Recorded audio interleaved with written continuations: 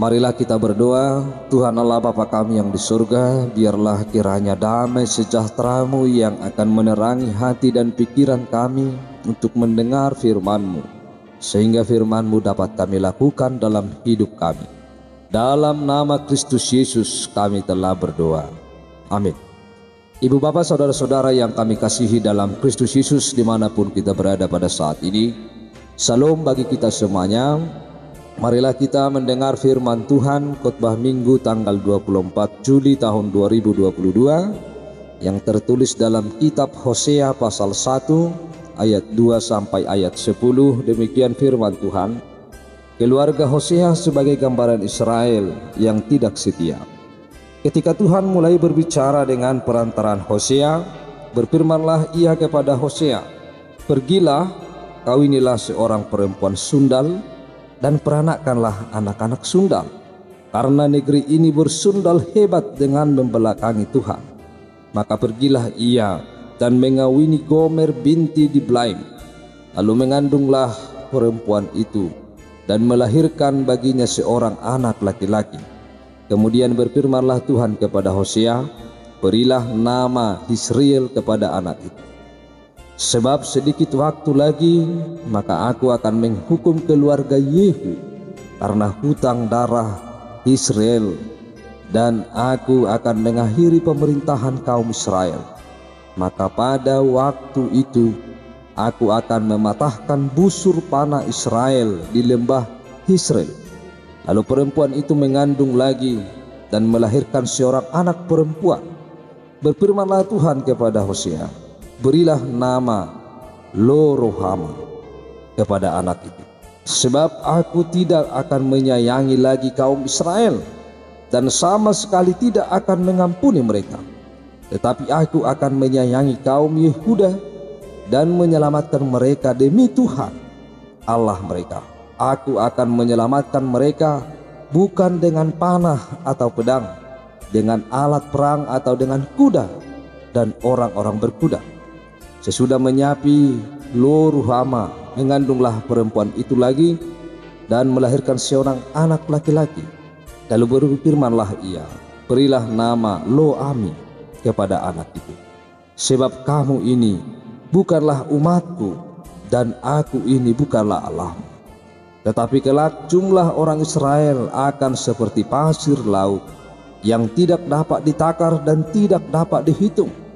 Dan di tempat di mana dikatakan kepada mereka, 'Kamu ini bukanlah umatku,' akan dikatakan kepada mereka, 'Anak-anak Allah yang hidup.'" Demikian pembacaan firman Tuhan. Ibu bapak saudara-saudara yang kami kasihi dalam Kristus Yesus, tema khotbah kita adalah Tuhan mengasihi dan menyelamatkan umatnya. Dalam firman ini bahwa keluarga Hosea adalah sebagai gambaran Israel yang tidak setia kepada Tuhan. Dalam firman Tuhan hari ini, Tuhan memberikan perintah kepada Hosea untuk bertindak segera. Tuhan menyuruh Hosea menikahi seorang perempuan yang tidak setia, atau dengan kata lain adalah orang yang disebut dengan perempuan pelacur, untuk menunjukkan betapa tidak setianya umat Israel. Kemudian Tuhan menyuruh Hosea memberi anak-anaknya nama untuk menolong orang mengingat hukuman Tuhan yang akan menimpa Israel. Hosea diminta untuk mengasihi istrinya yang tidak setia. Kasihnya menjadi gambaran kasih Tuhan terhadap Israel yang tidak setia. Itulah sebagai gambarannya bahwa firman ini kepada kita pada saat ini.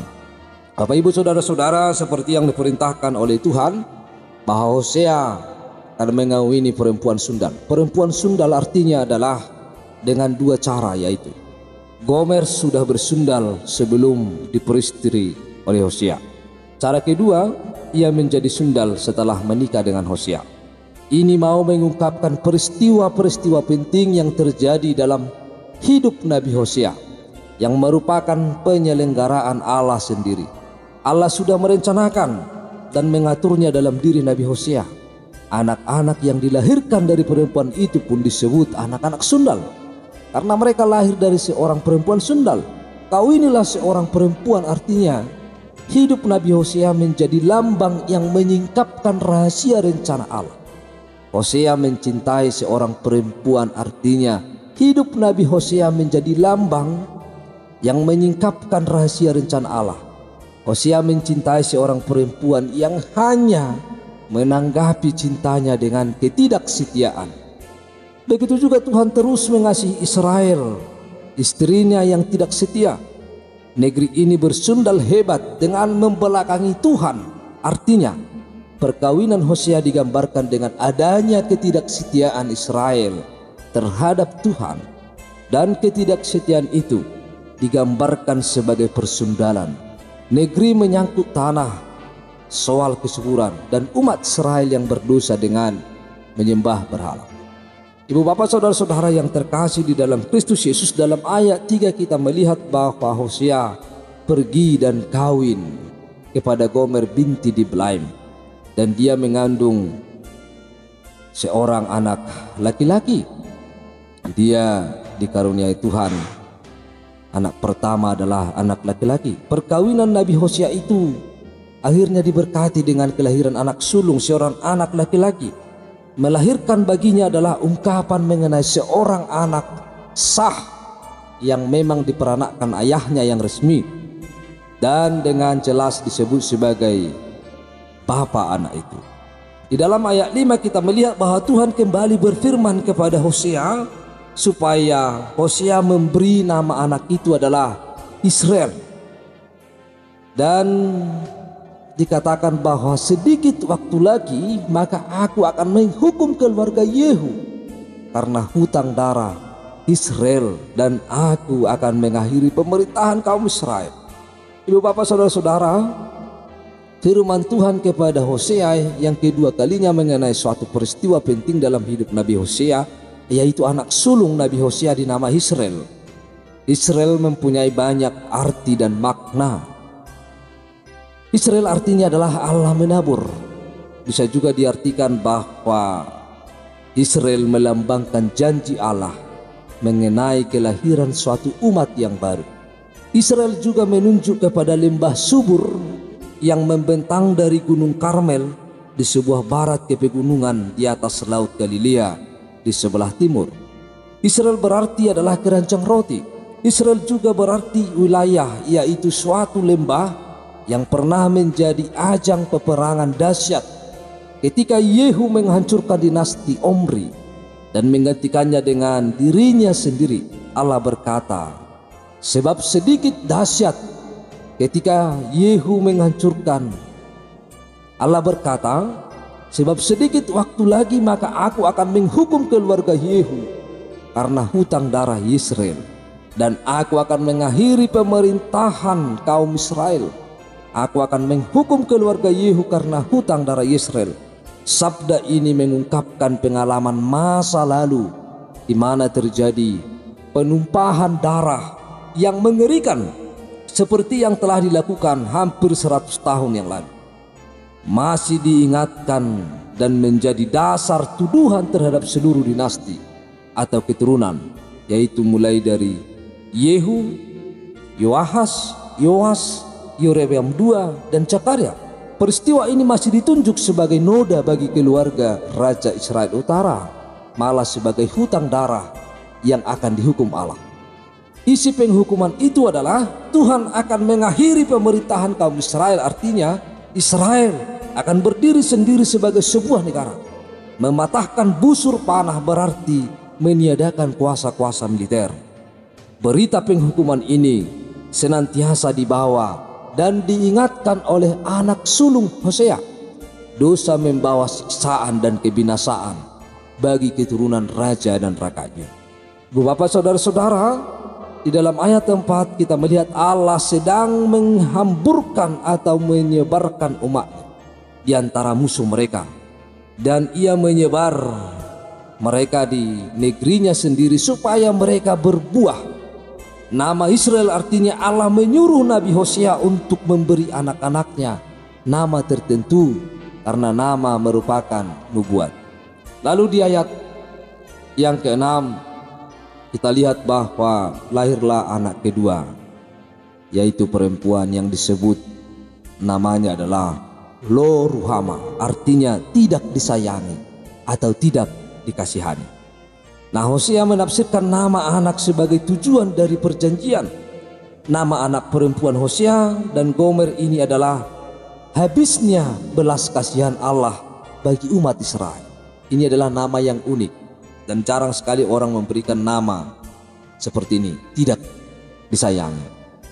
Tentu bahwa setiap orang memberikan sebuah nama adalah menjadi sebuah doa dan harapan, tetapi ini adalah Allah memerintahkannya untuk membuat namanya adalah Lo-Ruhama, yang tidak dikasihani, artinya sama sekali tidak akan ada pengampunan bagi mereka dan kasihnya akan diambil dari mereka.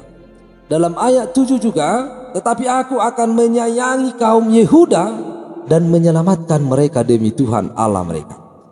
Aku akan menyelamatkan mereka bukan dengan panah atau pedang, dengan alat perang atau dengan kuda atau orang-orang berkuda. Ayat ini merupakan suatu janji singkat kepada Yehuda dan suatu teguran terhadap Israel. Bangsa Yehuda akan diselamatkan karena mereka mengakui Tuhan sebagai Allahnya. Dan sebaliknya, jika Israel tidak mempercayai Tuhan dan mengandalkan kekuatan Tuhan, dan mereka selalu mengandalkan kekuatan angkatan perangnya, maka akan dihancurkan karena tidak percaya kepada Tuhan. Keselamatan akan datang demi Tuhan Allah mereka, bukan dengan panah atau pedang, dengan alat perang atau dengan kuda atau orang-orang berkuda. Artinya keselamatan Yehuda tidak dapat dinantikan dari pihak militer, tetapi dari bantuan Tuhan sendiri. Ayat ini juga mengingatkan akan keselamatan Yerusalem secara ajaib dari tangan Sanhedrin. Para nabi pada umumnya berkeyakinan bahwa kuasa Allah yang menyelamatkan itu melebihi kuasa bersenjata, bahwa Allah sendiri yang akan menguasai. Lalu di ayat 8 sampai ayat 9, sesudah menyapi, Lo-Ruhama mengandunglah perempuan itu lagi dan melahirkan seorang anak laki-laki. Lalu berfirmanlah Allah, berilah nama Lo-Ami kepada anak itu. Lo-Ami artinya adalah bukan umatku atau bangsaku. Aku ini bukan Allahmu. Itu Lo-Ami, merupakan nama yang tidak diakui atau diterima oleh Tuhan, yang mengungkapkan akhir dari anugerah khususnya bagi Israel dan menurunkan derajat Israel menjadi sama dengan bangsa-bangsa lain. Nama ketiga anak Hosea ini memperlihatkan sikap Allah yang bertambah keras dan hubungan Allah dengan Israel terputus sama sekali. Aku ini bukanlah Allahmu, artinya aku tidak akan ada lagi bagimu. Israel Utara bukan lagi umat Allah. Dalam bahasa Ibrani ditunjukkan nama seperti diwahyukan oleh Allah kepada Musa, aku adalah aku. Jika diucapkan oleh Allah atau orang Israel, dibaca dalam orang ketiga, ia yang ada. Atau ungkapan ini, ungkapan aku ini bukanlah Allahmu, sangat mengejutkan. Karena Allah sendiri meniadakan perjanjiannya dengan Israel. Israel sangat besar dosanya, mereka tidak setia pada Allah. Maka datanglah firman Allah yang kesempatan kalinya kepada Hosea yang berbunyi tentang peristiwa penting dalam hidupnya, yaitu mengenai anak ketiga yang lahir tidak akan disebut baginya. Bapak saudara-saudara, dalam ayat 10 dikatakan bahwa Allah akan menyelamatkan bangsa Israel. Dikatakan demikian. Tetapi kelak jumlah orang Israel akan seperti pasir laut yang tidak dapat ditakar dan tidak dapat dihitung. Dan di tempat di mana dikatakan kepada mereka, kamu ini bukanlah umatku, akan dikatakan kepada mereka, anak-anak Allah yang hidup. Ayat ini melukiskan dua keadaan atau situasi bangsa Israel, yaitu yang pertama dilukiskan keadaan lahiriah dari bangsa Israel pada zaman keselamatan. Jumlah orang Israel akan seperti laut yang tidak dapat ditakar dan tidak dapat dihitung. Hal ini mengingatkan kita akan janji Allah kepada Abraham. Anugerah Allah lebih kuat dari hukumannya. Janji kepada Abraham akan dipenuhi meskipun bangsa Israel berdosa. Yang kedua, keadaan batiniah dari bangsa Israel pada zaman keselamatan. Ungkapan, kamu ini bukanlah umatku, nama Lo-Ami, akan diganti dengan nama baru, anak-anak Allah yang hidup, Israel yang dianggap sebagai anak sundal, dianggap sebagai anak sundal karena menyerahkan diri pada Baal, akan pulih kembali. Yang dimaksudkan adalah pemulihan dan pembaharuan perjanjian seperti semula. Perjanjian dengan Allah yang hidup dan yang menghidupkan itu adalah dasar ciptaan baru, sehingga menjadi suatu jumlah yang tak terhitung. Penerimaan sebagai anak Allah adalah dasar kehidupan dan kelimpahan. Bapak Ibu Saudara-saudara, dalam Yohanes 10 ayat 10 mengungkapkan penawaran pada masa yang akan datang dan menyediakan segala penyembahan berhala dengan kegembiraan yang duniawi. Nabi Hosea mendapatkan kembali perjanjian Musa, serta diingatkan kembali akan perjanjian Abraham dan para istri mereka yang dijanjikan keturunan seperti pasir di tepi laut. Anak-anak Allah yang hidup dan lahir dari orang tua yang terlalu tua untuk mengandung atau melahirkan. Allah tidak mati seperti dewa-dewa kesuburan palsu dari orang-orang Kanaan. Ibu bapak saudara-saudara, secara keseluruhan dari perikop ini Nabi Yesaya mengungkapkan pengalaman hidup pribadinya ketika ia dikhianati oleh istrinya. Pengkhianatan yang dilakukan oleh istrinya itu adalah ia tidak setia pada suaminya, bersundal dengan laki-laki lain. Hosea menikah dengan istrinya yang tidak setia. Bersundal merupakan gambaran bahwa Allah mengasihi dan mencintai Israel. Nama yang diberikan kepada anak-anaknya yaitu memiliki arti masing-masing. Nama Israel, Lo Ruhama, Lo Ami, yang tidak dikasihi akan berubah menjadi yang dikasihi oleh Allah. Tempat penghukuman menjadi tempat keselamatan bangsa Israel. Yang kecil akan menjadi bangsa yang tak terhitung banyaknya. Penceraian akan menjadi persatuan. Permusuhan akan menjadi perdamaian. Pemimpin palsu akan diganti dengan pemimpin-pemimpin yang benar, yaitu Daud. Perjanjian-perjanjian yang dahulu akan diperbaharui. Lo Ruhama yang tidak disayangi akan disayangi kembali, dan Lo Ami yang bukan umat Allah sekarang akan menjadi umat Allah lagi. Keadaan putus asa berubah menjadi pengharapan kasih. Allah senantiasa memiliki lingkup yang lebih besar daripada kesalahan dan dosa umatnya. Dalam kitab Nabi Yesaya dapat kita lihat bagaimana Allah dalam kekayaan kasihnya menyayangi seseorang yang sebenarnya tidak disayangi. Bagaimana Allah tetap menyayangi umat Israel yang sebenarnya tidak layak lagi disebut sebagai umatnya.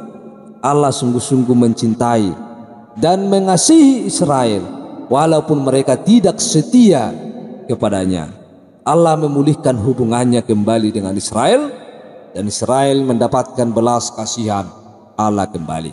Oleh karena itu, bahwa ini adalah keluarga Hosea menjadi gambaran umat Israel yang tidak setia, yang pada awalnya bahwa Allah sangat membenci perilaku mereka, tetapi Allah selalu berusaha bagaimana supaya Allah menyelamatkan mereka dan memperbaharui segala perjanjian kepada mereka. Semoga kita juga adalah umat Allah yang disayangi dan diselamatkan oleh Allah. Amin, kita berdoa. Tuhan Allah Bapa kami yang di surga, kami telah mendengar firman-Mu. Biarlah kuasa Roh Kudus-Mu yang akan menyertai hati dan pikiran kami untuk melakukan firman-Mu. Dalam nama Kristus Yesus kami telah berdoa. Amin.